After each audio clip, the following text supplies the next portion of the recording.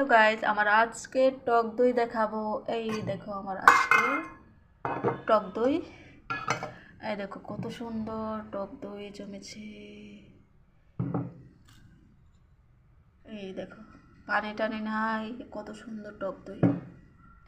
শুকনো মরিচটা ফেলে খাবেন।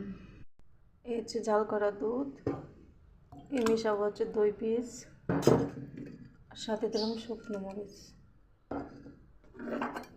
এগুলো ভালো করে মিশিয়ে দিতে হবে।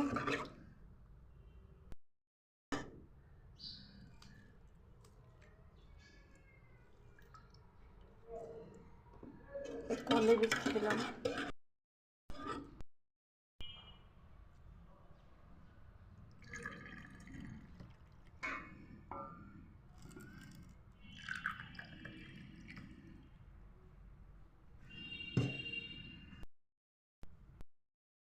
ঢাকনা দিয়ে রাখলে 10-15 ঘন্টা পর দই হয়ে যাবে।